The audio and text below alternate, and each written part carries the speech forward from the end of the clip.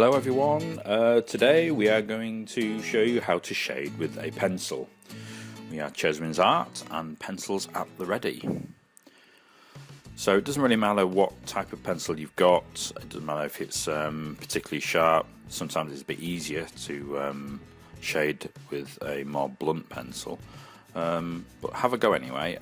We're going to start by doing something dark, and you see we're starting with a dark, press quite hard, and then on the left there we're pressing less hard, so it makes it lighter. And what we're going to do is try to blend from one side to the other. Blending is absolutely vital to be able to shade. You've got to be able to go from dark to light and then back to dark, and to be able to make it blend beautifully so there's no hard lines. So you can see here we've gone from, this could be something like a pole or a stem of a flower, and you can go from one side to the other. So you will see that we're using a rubber as well. Don't think of a rubber as just rubbing out mistakes. Rubbers can be used in art in all sorts of ways, and I'm using it to create a highlight here. And this is our first skill spot of the day, and the skill spot on this video is to show our skill in being able to blend from dark to light and having a highlight. Very important. Now we're going on to what we're doing today, which is a drop, a droplet. Could be a droplet of water, anything liquid, and you can see we have highlights. And this is going to be our second skill spot of the day, which is to create highlights. So our second skill spot of the day will be to create, you've got 1, 2, 3 highlights there, spot on the left, a long one going down the drop, and then one at the bottom. We can talk about the different types of highlights in a later video, but for this one we just want to shade around the highlights. Don't put any pencil in those highlights, and just make it nice and even as possible. And you see I'm not pressing too hard, it's just quite light at the moment, nice and light.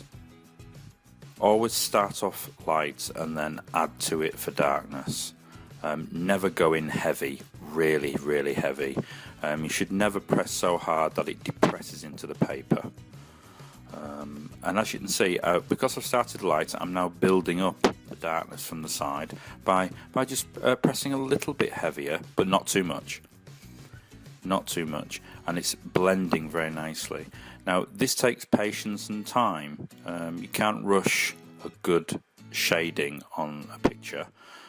You've got to have patience. You've got to take your time blending over the top. Have a little step back and look at it, see what it looks like, come back to it. I'm using the rubber just to be able to make sure that I haven't gone into the highlight. Sometimes you can blend with the rubber too. It's a really good tool to use. Now you can find that as we do this, you might want to change something. For example, you might find that your highlight's in the wrong place. It's not a problem. All you have to do is shade over it and then rub out a new highlight. But as long as you stay strict and you stay without going over the highlight, then it should be okay. And you can see that the highlight of the spot area on the left is much brighter than the one on the right, because the one that comes down is like a middle highlight. It's a reflected highlight, and we're just going to maybe shade that very slightly. In the middle now you can see that I'm shading and keeping it nice and even. We want the shadow to be mostly on the right hand side and on the edges. But you can see what I'm doing is I'm taking my time, I'm building up the blend, and so you build it up very slowly, and it's only very light.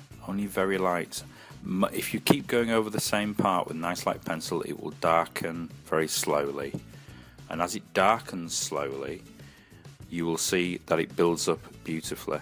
On the left there the darkness is starting to show, and on the right it's starting to show, but again it's done very gently. I'm not a great fan of using the pencil on the side. Some artists you will find do that, and it's up to you if that's what you want to do. I tend to keep mine in a normal hand grip, but as you can see, I do go quite low. But some people actually change their grip and do like literally a side of the pencil. Not really my style, but if that's what you want to do, it's entirely up to you. Again, if the pencil is too sharp, you'll find the blending a little bit more difficult. So when you first sharpen a pencil, if it's very sharp, run it down a little bit, give it a run over before you start shading. Just so it's not, if it's too sharp, it gets too difficult.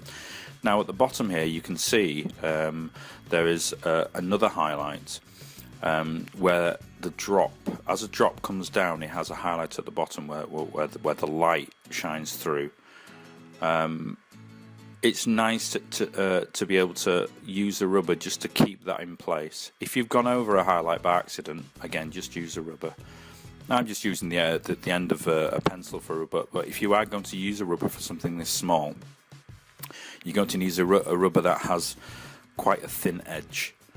Obviously lots of rubbers don't have thin edges, so they may not be appropriate for this type of shading. One at the end of the pencil is pretty small. You can get rubbers on the end as like sharpened rubbers, so those are quite good to use too. What you don't want to do is to use a blunt rubber that will just rub out all of the detail that you're doing, so be aware. So as you can see, the drop is coming into formation. You can see how the shading is starting to make it come almost like in a 3D way, and this is quite close up. So the size of this drop, you might want to do a drop that's much smaller than this, so you would have to recreate this shading in a much smaller droplet. And on your artwork, for example, it might be a bead of sweat on someone's head. It could be rain on a window. It could be, it might not even be water. It might be something else. And so anything, you can use this approach. Again, it's all about building up. Now you can see we're creating another reflected shade on the right hand side of this droplet. And that's the light coming through from one side onto the surface of whatever it's coming down. It may be a window, and that really gives it a sense of that the droplet isn't flat and it's in 3D. So if you continue to do this very gently, it's all about patience and control. Control is everything when it comes to shading. You may have other ways you may want to do the highlights. You have those little window highlights that you see on things, and obviously the highlight is just the light source.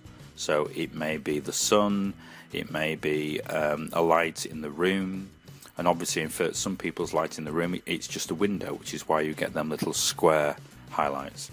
Whatever highlight works. Whatever you do, make sure that you have a nice bright white highlight, so that it's the main focus. As you can see, the highlight on the right now that's come down has become much less, but it's still there because that's a reflected highlight. That's the highlight that comes from the reflection, say, off another window in the room that comes back to the droplet. And so you've got like a main highlight on the left, you've got one at the bottom that's probably not quite as powerful, and then you've got less of a highlight coming down on the right hand side, the long one. But it's a beautiful effect, and I've changed. You will see that at the bottom there, I wasn't happy with the droplet size. It was a bit flat, so I've rubbed it out and made it a bit more kind of bulbous at the bottom. Don't be afraid to do that. You're in control of your own artwork. It's your artwork. No one can say if it's right or wrong. It's your interpretation. And so whatever artwork you do, even if you're copying off someone else's artwork, it's your version. and so from whatever you create, it's yours, and be proud of it. I always think when you're doing shading that you should always take steps back and have a look at it from different angles. Sometimes it's a really good idea to just to put it up so you can see it, say against a chair or something, walk away, have a look, and then come back to it. Sometimes it's good to come back to these things after a few minutes, just to refresh your mind, and then you can actually see it how a person would see it who'd never seen it before. But it really is patience, building up, and the way to get really good at these things is to practice. Practice is everything. And here at Chezwinsart, we practice things on a regular basis, constant practice to be able to be the best artists that we can be. And so no one can be born with the knowledge, so you need to practice. And every time you practice, you get that little bit better. So lots of practice makes little bits get better to, a massive amount. As you can see how it could be done with lots of droplets on a page. And from further away, it gives a really, really good effect. So well done for having a go at that, and keep practicing. And remember, we'll be here at Chezwinsart, and don't forget to subscribe to us and to like us on this page, and come back to us for any further videos for tutorials.